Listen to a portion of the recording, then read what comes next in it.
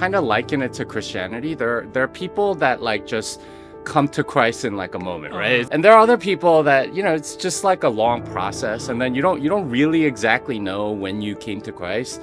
And I think my journey in Bitcoin is a lot like that. Yeah, I mean, I think most people view it as a speculative asset in the US too. Okay, Jimisong says it's gonna reach 200,000. Or what I tell people is if you're ready to buy and hold for at least 5 years, then now's the right time to buy, no matter when it is. I think it is for everybody. But if you're going to buy and sell and do stuff like that, that's really the wrong mentality.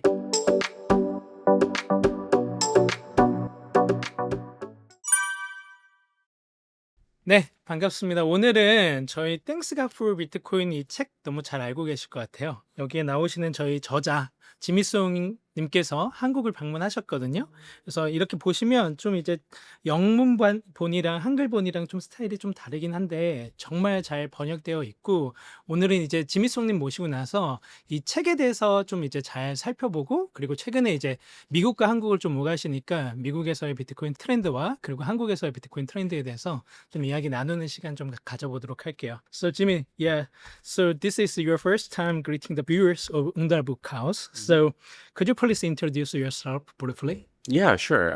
My name is Jimisong. I'm Korean American. I immigrated to the United States back when I was 8 years old, 1985. If you can do the math, you can know how old I am. But I've been a coder for most of my life, and I've been a Bitcoiner since 2011. So I've been in this industry for quite a while. I've written 5 books. Thank God for Bitcoin was my third one. But Programming Bitcoin, the Little Bitcoin book, Fiat Ruins Everything, and Bitcoin and the American Dream are the other books. I've coded a lot. I've contributed to the Bitcoin core repository. I've contributed to a lot of other open source projects. I've worked at a lot of Bitcoin companies. I've trained a lot of Bitcoin developers. I've done a lot of different things in this space. So yeah, I just call myself a Bitcoin expert at this point. So how long has it been since you last visited Korea? So, and what brings you here this time? Yeah, so I was here actually last year for the Seoul Bitcoin conference, and that was you know, I was invited obviously by the organizers. This time around, you know, I've been traveling a lot with my family, and you know, every summer we go to various places, and Korea seems to be a stop that we keep hitting. I was here 2 years ago as part of sort of the world trip that my family and I were doing, and then since then we've just been coming back every year, and you know, obviously a lot of.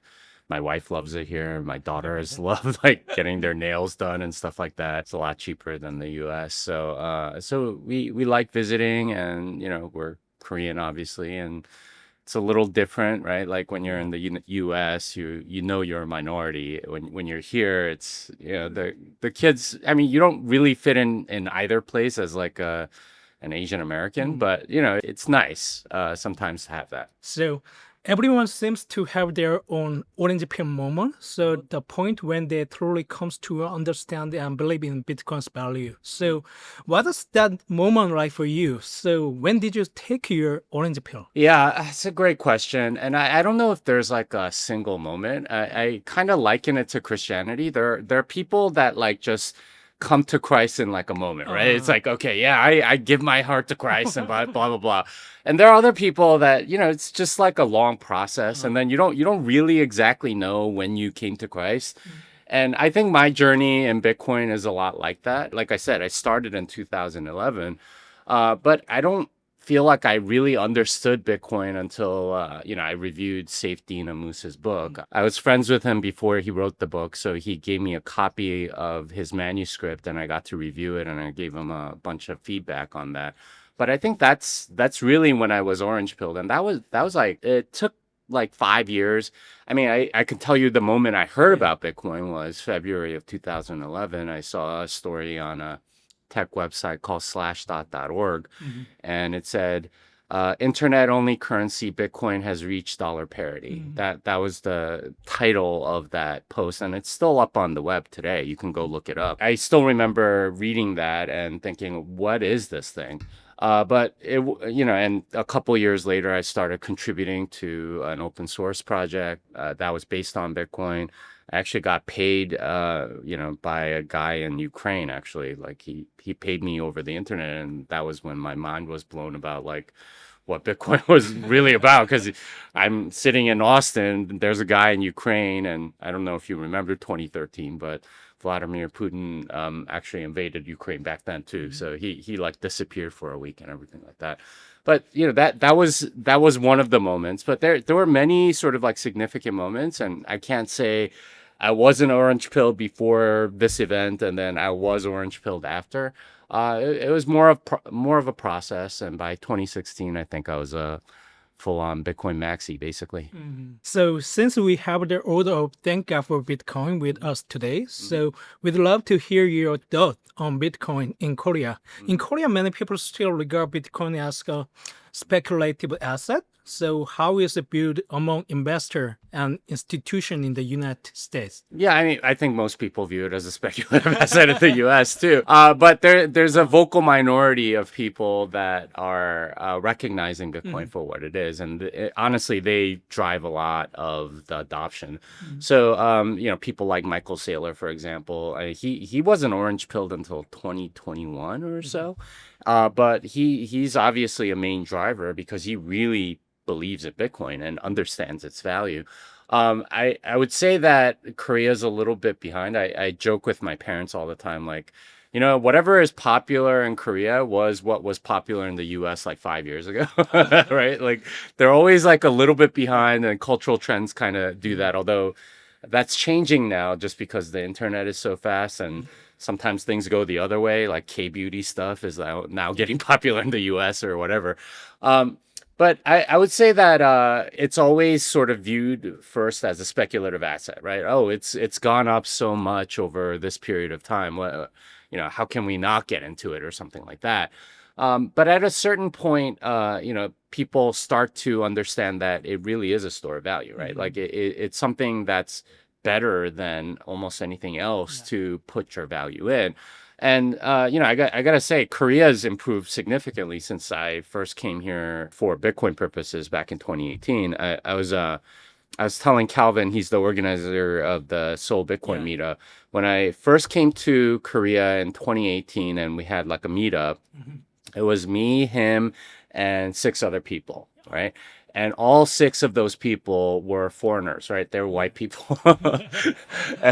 and we just had a meetup on Saturday, and it was 40 people. And I think there was 1 foreigner. It was all Korean people. So like that tells you that there's like real adoption happening. And these aren't people that are speculating and trading and doing altcoins and stuff like that. They're actual people that really believe in Bitcoin. So it takes some time, but the people that really get it, that understand it, they're the ones that drive the adoption. And I wouldn't really pay too much attention to the speculators. They come in, they come out, like they get wrecked. They lose their money, they double their money, whatever. It's they don't matter that much in the long run. It's the people that really understand it that do, and that minority in the U.S. has grown over the years, and it looks like it also has in Korea as well. In Korea, a lot of people still believe that the best way to build wealth is by investing in real estate. So especially apartment in Seoul. So do you think now is a good time for to consider investing in Bitcoin? Yeah, I think so. And this is a heavy Asian bias, right, towards real estate. It's not just Korea, but Japan and China as well. And you can kind of see what's happening in Japan and China, and they should be a warning to people in Korea, just because you see in China a lot of ghost cities, entire cities of apartments that are completely unoccupied. And people still sort of invest in them, and they don't really know where it's going to go. But especially combined with the demographic collapse that's happening in both places, along with Korea, right? Obviously happening here as well. Real estate, it can't go up forever, right? Like, especially as you have fewer people, you have less buyers, and the demand kind of dries up at some point. In fact, what a lot of Chinese people, the actual rich Chinese people, what they do is they go buy up real estate elsewhere, right? Can see things in like Vancouver or San Francisco or New York or like Chinese people are buying a lot of that real estate. So there is sort of that real estate bias. And I get it, right? It is scarce in the sense that there's only so much of it in a given area. But it has its limits, and especially combined with demographic collapse, which seems to be happening in Korea, it's not necessarily the investment that it was, say, 30 years ago. I mean, obviously, if you bought 30 years ago, you did great. But it's not always going to be like that. And, this is where you have to think about actual scarcity and demand on the other side. And, all the subsidies that go into real estate to prop them up and so on. You can get a house in the Japanese countryside for free right now, right? Like literally no one's living in some of them. I don't think that's a far off reality for a lot of Korea. Now, what you're talking about are like apartments in the midtown of Seoul. Like we're in the Gangnam area right now. Obviously, it's a very hot area. I mean, that'll take probably longer to collapse than some of this other stuff. But you want a store of value that's actually going to be scarce and last and have demand. And Bitcoin is, I think, superior in all those regards. Korean investors are highly interested in Bitcoin's price. So some say that the usual halving cycle pattern has been broken. So many expect a full-scale bull market to begin around January or February 2025. So with predictions that Bitcoin could reach $200,000 by the end of this year. So what is your perspective on Bitcoin's price in 2025? Yeah, and this is always like a very tricky question, right? Because this is the thing that gets all the views. It's like, okay, Actually, Jimmyson says it's going to reach 200,000 or whatever. And I get why, because people always want to know the future. And especially with respect to investment, they want some assurances that they're going to get the returns that they are. But what I generally tell people is that if you're in this to invest for the next 6 months, right, whether it doubles or halves, and if it doubles, I'll sell. If it halves, I'll sell, and whatever, then you're really treating it as a speculative asset, right? You're not really storing value in it. What I tell people is if you're ready to buy and hold for at least 5 years, then now's the right time to buy, no matter when it is. But no one's really ever lost money after holding Bitcoin for 5 years. And this has been true for all of its life. But if you're going to buy and sell and do stuff like that, that's really the wrong mentality. Now, that said, there is this 4-year cycle, and it does seem to happen. And we don't know why it's sort of stayed in this 100,000 range for so long.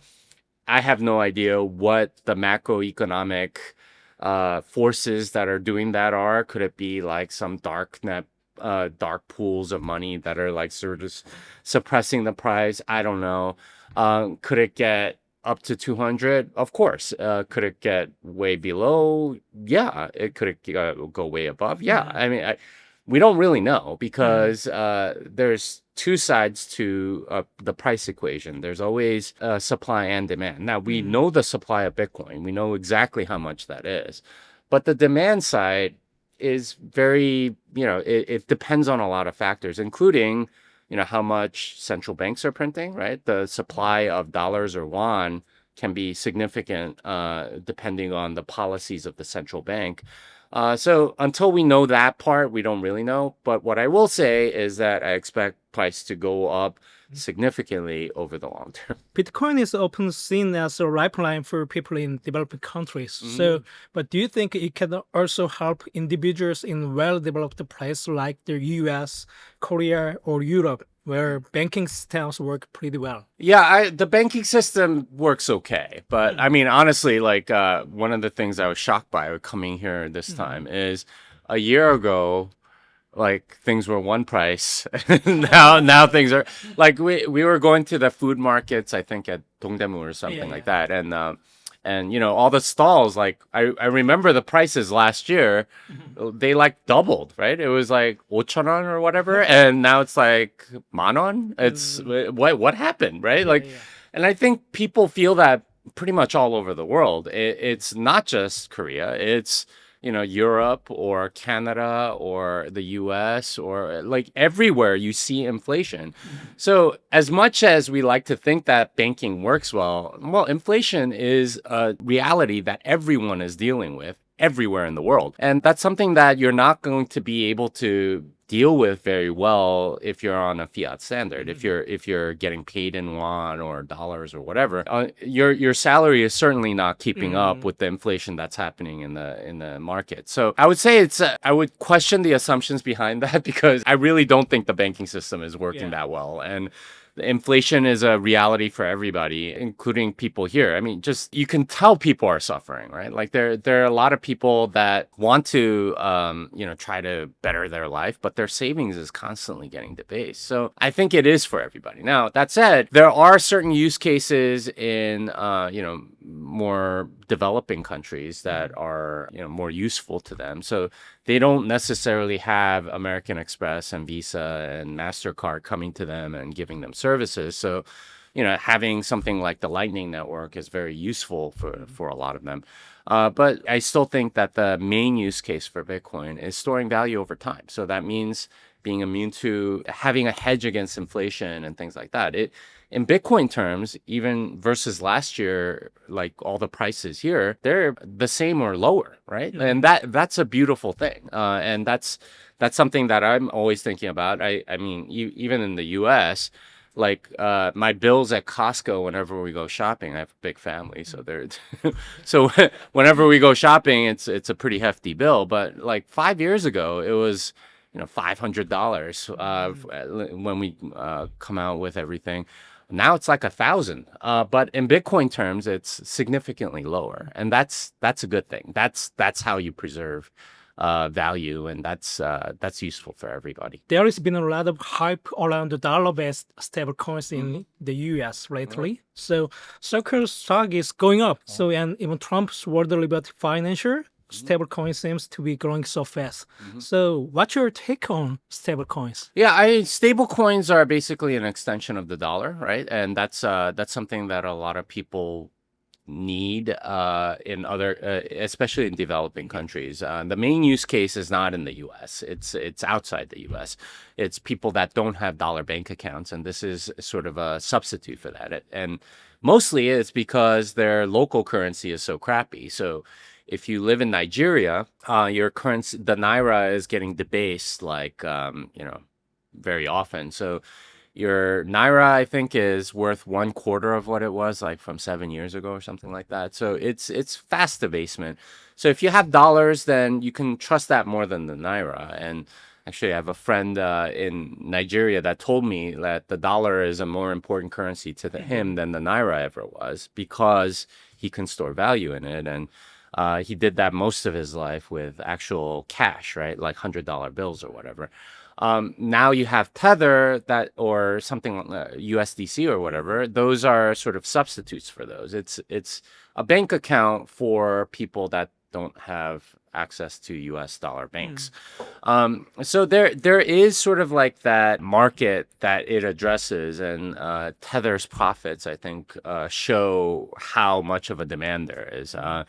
Tether, I think, as a company, made more money than any other U.S. bank, right? Like Wells Fargo or Bank of America. Like they have like hundreds of thousands of employees, and they make way less than Tether does with 50 employees. That tells you like how much more efficient they are. So there is a room for that. But I think ultimately what we're going to see is that because the dollar is debasing, people are going to want to move from the dollar to something that's better. And I think Bitcoin is that thing. And it's sort of like a Trojan horse, if you will, to get people into Bitcoin are all these stablecoins. Cool. If stablecoins become mainstream, what do you think will happen to the Korea won?